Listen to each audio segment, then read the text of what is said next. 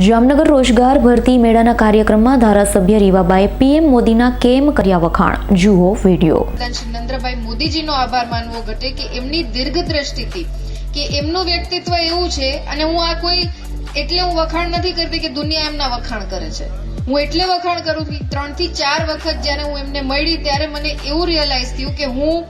દેશના વડાપ્રધાન શ્રીને તો મળું જ છું, પણ સાથે સાથે એક એવી વ્યક્તિ વિશેષને મળું છું કે જેમની પાસે દરેક વર્ગ માટે ફોરસાઇટ છે, દરેક વર્ગ માટે એમના માટે દીર્ઘદ્રષ્ટિથી કાર્ય કરવાની ક્ષમતા છે, દરેક વર્ગ માટે એમણે કંઈક ના કંઈક વિચારેલું છે કે જેના કારણે આવનારા સમયમાં ભારત દેશને લાભ થાય।